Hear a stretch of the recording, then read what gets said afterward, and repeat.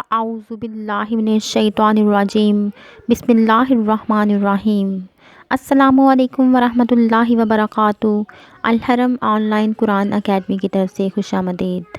آج میں آپ کو ناشکری کے متعلق ارشاد خداوندی پڑھ کے سناؤں گی، لیکن اس سے پہلے میں آپ لوگوں سے گزارش کروں گی کہ اگر آپ میرے چینل پر نئے ہیں تو اسے لائک اور سبسکرائب کریں اور اپنے دوستوں میں اسے ضرور شیئر کریں اور ہمارے ساتھ صدقہ جاریہ کا حصہ بنیں۔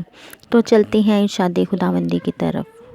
اگر تم نے واقعی شکر ادا کیا تو میں تمہیں اور زیادہ دوں گا، اور اگر تم نے ناشکری کی تو یقین جانو میرا عذاب بڑا سخت ہے۔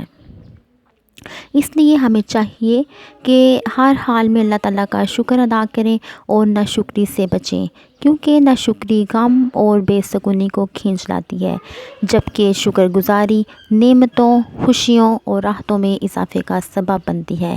اللہ تعالیٰ سے دعا ہے کہ اللہ تعالیٰ ہمیں شکر گزار اور برگزیدہ بندوں میں شامل کرے تاکہ ہم کامیاب ہو جائیں۔ آمین۔